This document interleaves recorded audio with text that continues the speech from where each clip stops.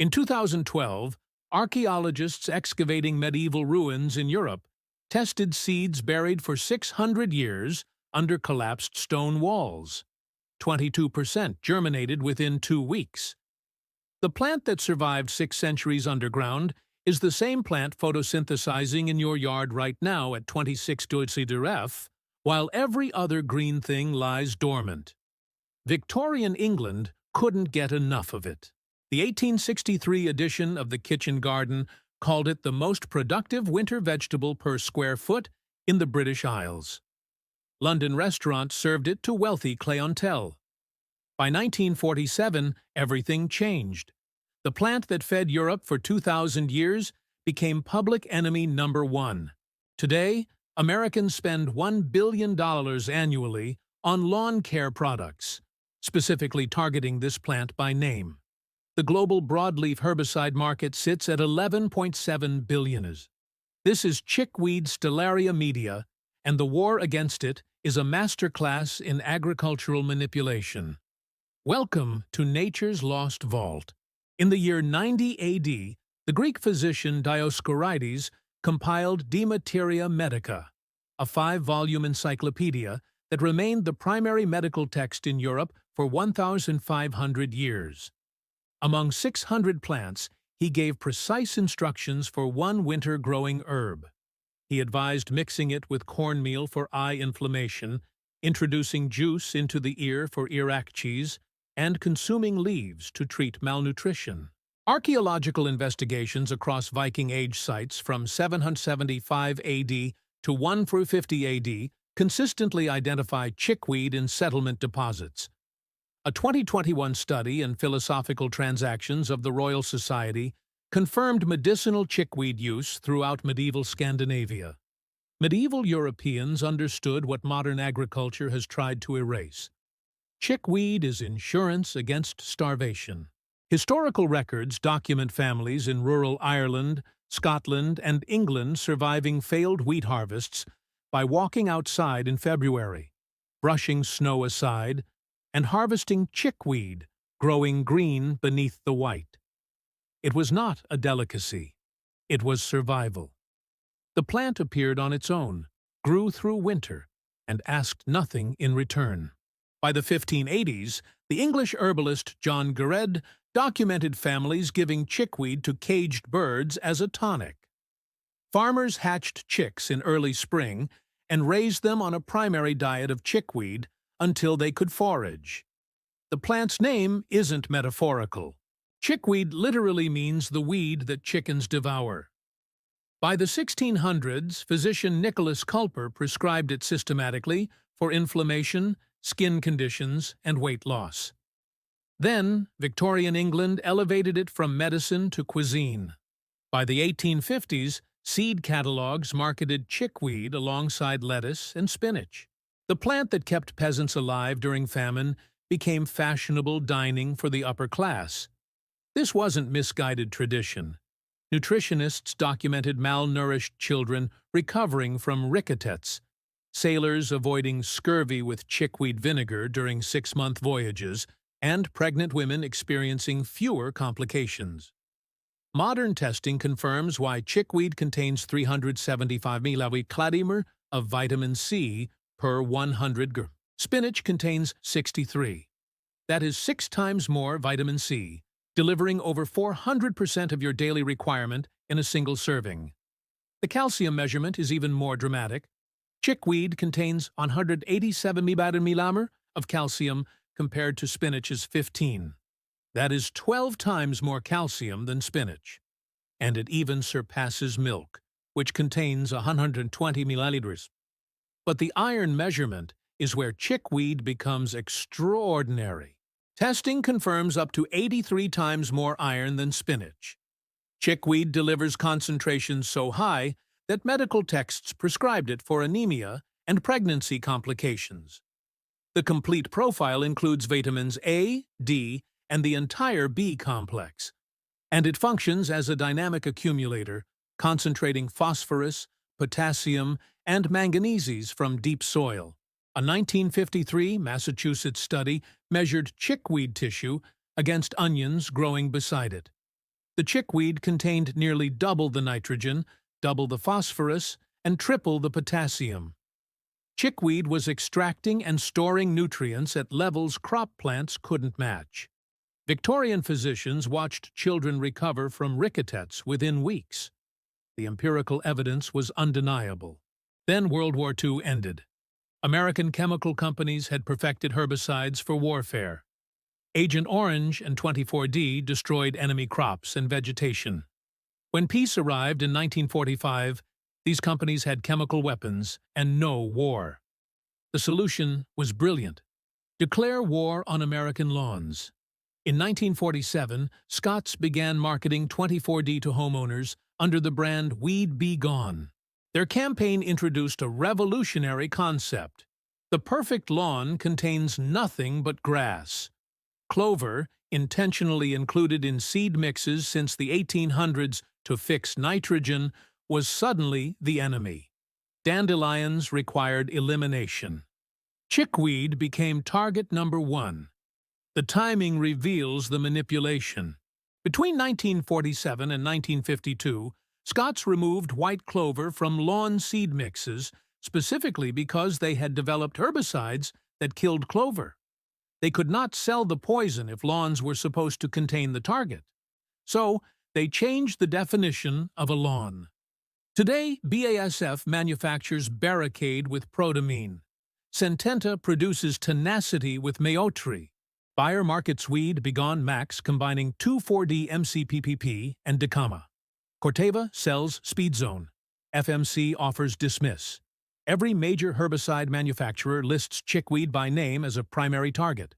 The market size reveals the stakes. U.S. lawn care hit $11.06 billion in 2023 and is projected to reach $15.09 billion by 2030. The global broadleaf herbicide market sits at $11.7 billion, forecast for $16.3 billion by 2031. The agrochemical giants are spending billions to eradicate what medieval peasants relied on for survival. Here is what makes this absurd.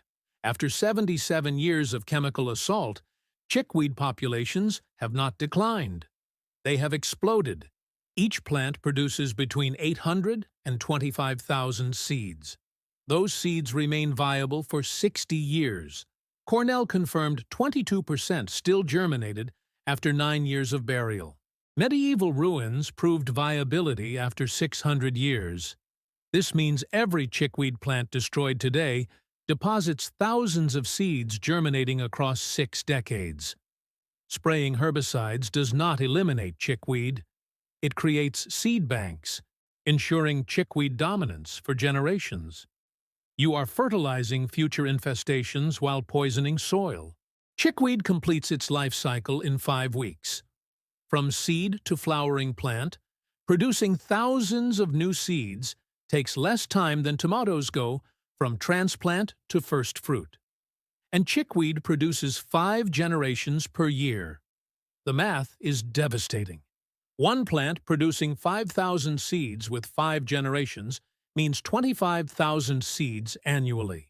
If 10% germinate next year, that is 2,500 new plants, producing 12.5 million seeds within 2 years. Every stem node touching moist soil develops roots independently. Pull a plant and miss one fragment, and it regenerates within 2 weeks. The plant does not die when disturbed. It clones itself, but its greatest weapon is winter. Cornell confirmed chickweed photosynthesizes at temperatures below freezing. Base growth temperature is 26 degrees F. It tolerates 7 degrees F before damage. While grass lies dormant from November through March, chickweed is actively growing, flowering, spreading, and producing seeds. It grows under snow. Historical records document it flowering while covered by snowpack. By the time spring arrives and you spray your lawn, chickweed has already produced 2 generations and deposited hundreds of thousands of seeds. This biological strategy makes chemical control irrelevant. The seeds are banked in soil, waiting for fall. And now, chickweed is fighting back. Studies between 2020 and 2024 confirmed populations in Delaware, Pennsylvania, Canada, and Europe that no longer respond to ALS inhibitor herbicides.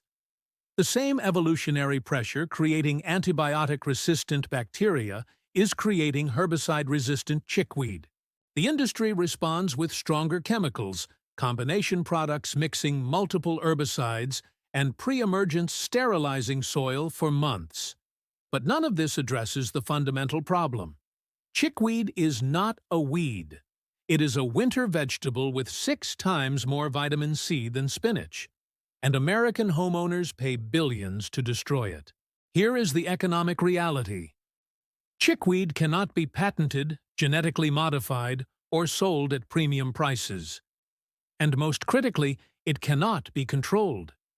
Every other winter vegetable requires greenhouses, heating, or long-distance shipping from California or Mexico.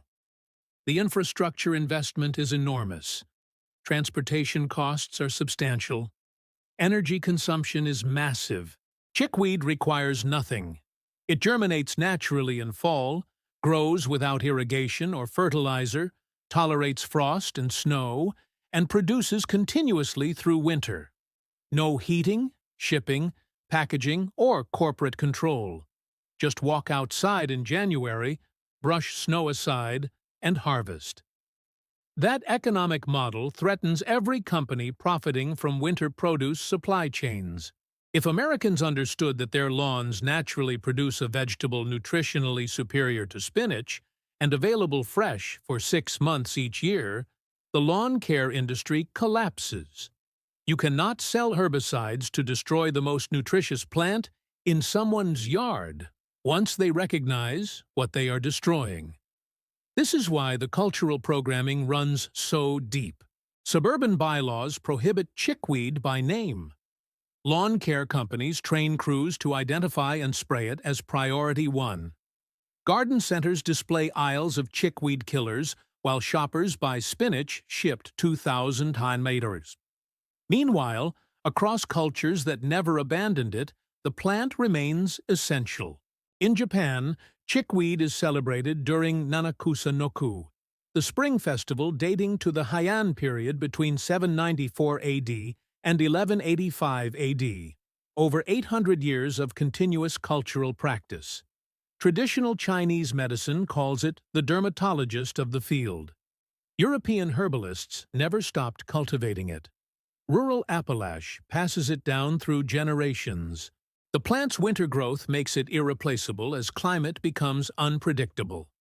While spring crops suffer late frosts and fall crops struggle with early freezes, chickweed thrives through temperature extremes. It provides guaranteed fresh greens from December through March, regardless of weather. Look for it November through April. While everything else stays brown, small oval leaves in opposite pairs, a single line of fine hairs switching sides at each stem junction, and 5 white star-shaped petals. It tastes mild and slightly sweet. That bright green mat around your building edges, under trees. Anywhere grass struggles is your winter vegetable. Chickweed has survived 77 years of chemical warfare funded by billions of dollars, not because it's lucky, but because it's biologically superior. It grows when nothing else can, produces more nutrition per square foot than any domesticated crop, and reproduces faster than herbicides can kill it. The global herbicide industry invests billions annually attempting to eradicate a plant, providing 6 times more vitamin C, 12 times more calcium, and 83 times more iron than spinach. That level of investment in destruction reveals exactly how economically valuable chickweed is and how threatened corporate agriculture feels. Walk outside. Look at the edges of your yard, where grass struggles, and something green is growing despite the cold. That is your winter vegetable garden producing the most nutritious greens available in North America. It has been there all along providing free food, while you paid to destroy it. The question is whether you will keep killing it or start eating it. Chickweed is waiting. It has been waiting for 2,000 years, and it will keep waiting, growing through winter, surviving every chemical you spray until you recognize what your ancestors knew. It's food,